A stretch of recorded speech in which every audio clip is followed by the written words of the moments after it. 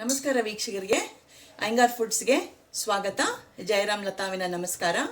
ಇವತ್ತು ನಾವು ದಿಢೀರ್ ದೋಸೆ ಮನೆಯಲ್ಲಿ ಸುಲಭವಾಗಿ ತಕ್ಷಣಕ್ಕೆ ಮಾಡಿಕೊಳ್ಳುವಂಥ ದೋಸೆ ಮಾಡಿ ತೋರಿಸ್ತಾ ಇದ್ದೀವಿ. ಇದಕ್ಕೆ ಒಗ್ಗರಣೆ ದೋಸೆ ಅಂತ ಹೆಸರು. ಇದಕ್ಕೆ ಬೇಕಾಗಿರೋ ಪದಾರ್ಥಗಳು: 1 ಕಪ್ಪಷ್ಟು ಅಕ್ಕಿ ಹಿಟ್ಟು, ಅಂಗಡಿಲಿ ಸಿಗತ್ತಲ್ಲ ಅದೇ ಅಕ್ಕಿ ಹಿಟ್ಟು ತಗೊಳ್ಳಿ. 1 ಕಪ್ ಅಕ್ಕಿ ಹಿಟ್ಟು. ಆ 1 ಕಪ್ ಅಕ್ಕಿ ಹಿಟ್ಟಿಗೆ 2 ಕಪ್ಪನ್ನಷ್ಟು ನೀರು. ಯಾವ ಕಪ್ಪಲ್ಲಿ ನಾನು ಅಕ್ಕಿ ಅಳತೆ ಇಟ್ಕೊಂಡಿದ್ನೋ ಅದೇ ಕಪ್ಪಲ್ಲಿ 2 ಕಪ್ಪಷ್ಟು ನೀರು.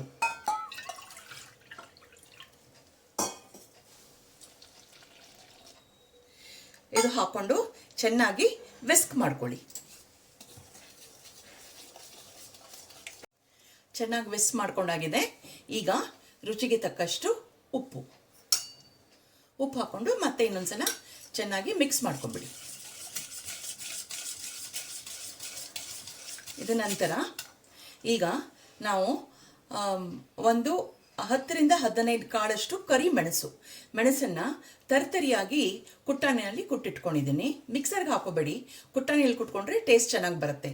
ಅದು ಬಾಯಿಗೆ ಸಿಗಬೇಕು, ಆ ದೋಸೆ ಮಾಡಬೇಕಾದ್ರೆ ಸಿಗಬೇಕು. ಇವಾಗ ಒಂದು ಸ್ವಲ್ಪ ಕೊತ್ತಂಬರಿ ಸೊಪ್ಪು ಕ್ಲೀನಾಗಿ ತೊಳ್ಕೊಂಡು ಸಣ್ಣಗೆ ಹಚ್ಕೊಂಡು ಇಟ್ಕೊಂಡಿದ್ದೀನಿ, ಅದನ್ನು ಹಾಕೊಳ್ಳೋಣ. ಮತ್ತೆ ಒಂದು ಚೆನ್ನಾಗಿ ವಿಸ್ಕ್ ಮಾಡ್ಕೊಂಬಿಡಿ.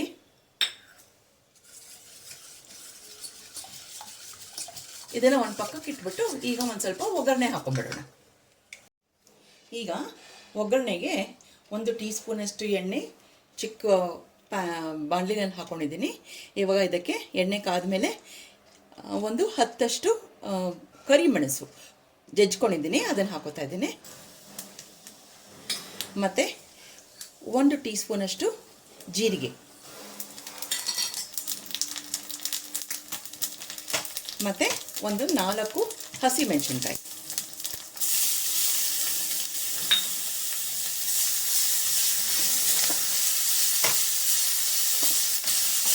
ಒಗ್ಗರಣೆ ಹಾಕೊಂಡಿದ್ದೀವಿ. ಈ ಒಗ್ಗರಣೆನ ಈಗ ದೋಸೆ ಹಿಟ್ಟಿಗೆ ಮಿಕ್ಸ್ ಮಾಡ್ಕೊಂಡ್ಬಿಡೋಣ. ಈಗ ನೋಡಿ, ದೋಸೆ ಹಿಟ್ಟಿನ ಕನ್ಸಿಸ್ಟೆನ್ಸಿ ಹೀಗೆ ಬಂದಿದೆ. ಇದು ನೀರು ದೋಸೆ ಕನ್ಸಿಸ್ಟೆನ್ಸಿ ಬರಬಹುದು. ಅಂದರೆ ಇನ್ನೊಂದು ಸ್ವಲ್ಪ ನೀರು ಹಾಕೊಳ್ಳೋಣ. ಇನ್ನೊಂದು ಅರ್ಧ ಕಪ್ಪಷ್ಟು ನೀರು ಹಾಕೊಳ್ಳೋಣ. ನೀರು ಜಾಸ್ತಿ ಆದರೆ ಏನೂ ತೊಂದರೆ ಇಲ್ಲ, ಇನ್ನೂ ತೆಳ್ಳಗೆ ಕ್ರಿಸ್ಪಿಯಾಗಿ ಬರುತ್ತೆ ನಮಗೆ. ಈಗ ಇನ್ನೊಂದು ಅರ್ಧ ಕಪ್ಪು ನೀರು ಹಾಕೊಂಡ್ಬಿಡೋಣ. ಮತ್ತು ಚೆನ್ನಾಗಿ ಮಿಕ್ಸ್ ಮಾಡಿಬಿಟ್ಟು ಈ ಕಡೆ ದೋಸೆ ತವಾ ಇಟ್ಬಿಟ್ಟು ದೋಸೆ ಮಾಡೋಕ್ಕೆ ರೆಡಿ ಮಾಡೋಣ. ಈಗ ದೋಸೆ ಹಾಕೊಂಡ್ವಾ.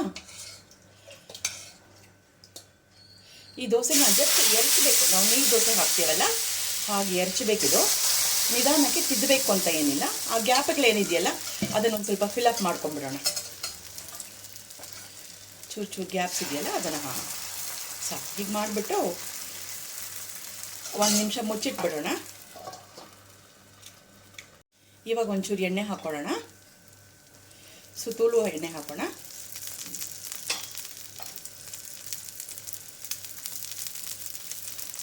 ಮತ್ತು ಒಂದು ½ ಮಿನಿಟ್ ವೆಯ್ಟ್ ಮಾಡೋಣ. ನೋಡೋಣ ಹೇಗಾಗಿದೆ ದೋಸೆ ಅಂತ.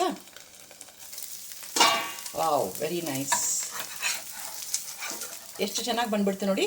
ಈ ದೋಸೆನ ಮಗಚೋ ಅವಶ್ಯಕತೆ ಇಲ್ಲ, ಹಾಗೆ ಫೋಲ್ಡ್ ಮಾಡಿ ತಟ್ಟೆಗೆ ಹಾಕ್ಬಿಡ್ಬೋದು. ಈಗ ಇನ್ನೊಂದು ದೋಸೆ ಮಾಡೋಣ.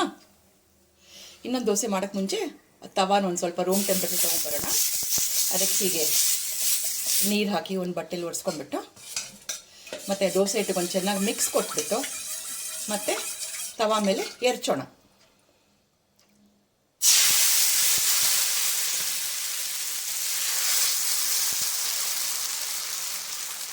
ಮುಚ್ಚಿಟ್ಬಿಡೋಣ. ಈಗ 2ನೇ ದೋಸೆನೂ ಆಗಿದೆ, ನೋಡೋಣ ಹೇಗಾಗಿದೆ ಅಂತ. ಸೂಪರಾಗಿ ಕ್ರಿಸ್ಪಿಯಾಗಿ ಹೋಗಿದೆ ನೋಡಿ, ಎಷ್ಟು ಬೇಗ ಬೆಂದೋಗಿದೆ ನೋಡಿ. ಇದನ್ನು ಫ್ಲಿಪ್ ಮಾಡಬೇಡಿ, ಫೋಲ್ಡ್ ಮಾಡ್ಕೊಂಬಿಟ್ಟು ಹಾಗೆ ತವಾಗ ಹಾಕೊಂಬಿಡಿ.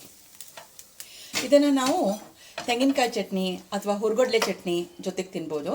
ಬಟ್ ಆ್ಯಸ್ ಇಟ್ ಈಸ್ ಇದೇ ಖಾರವಾಗಿರುತ್ತೆ. ಇದೇ ಖಾರವಾಗಿರುತ್ತೆ.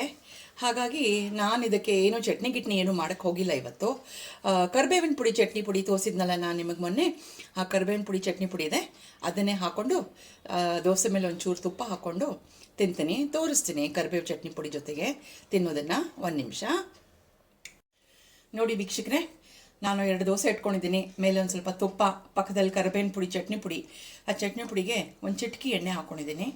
ಇದನ್ನು ಬಿಸಿಯಾಗಿದೆ, ಈಗಲೇ ತಿನ್ಬಿಡೋಣ ಅನಿಸ್ತಾ ಇದೆ. ಈಗ ನನ್ನ ಮಾರ್ನಿಂಗ್ ಬ್ರೇಕ್ಫಾಸ್ಟ್ ಇದೆ ಇವತ್ತು, ಇದನ್ನೇ ತಿಂತೀನಿ. ಸೊ ನೀವು ಇದು ಮನೇಲಿ ಸುಲಭವಾಗಿ ಮಾಡ್ಕೋಬೋದು. ಬರೀ ಅಕ್ಕಿ ಹಿಟ್ಟು ಅಷ್ಟೇ ಬೇಕು ನಿಮಗೆ. ಅಕ್ಕಿ ಹಿಟ್ಟು ಚೆನ್ನಾಗಿ ಬಿಸ್ಕ್ ಮಾಡ್ಕೊಂಬಿಟ್ಟು ಒಗ್ಗರಣೆ ಕೊಟ್ಕೊಂಡು ತಕ್ಷಣ ಮಾಡ್ಕೊಂಬಿಡ್ಬೋದು. ಸೊ ನಮ್ಮ ವಿಡಿಯೋನ ಪೂರ್ತಿ ನೋಡಿ, ಮತ್ತು ಲೈಕ್ ಮಾಡಿ, ಶೇರ್ ಮಾಡಿ, ಸಬ್ಸ್ಕ್ರೈಬ್ ಮಾಡಿ. ಇದೇ ರೀತಿ ನಮಗೆ ಸಪೋರ್ಟ್ ಮಾಡ್ತಾಯಿರಿ. ಓಕೆನಾ? ಮುಂದಿನ ವಿಡಿಯೋಲಿ ಸಿಗೋಣ. ಸೊ ಜಯರಾಮ್ ಮತ್ತು Latha signing off from Iyengar foods. ನಮಸ್ಕಾರಗಳು. Thank you.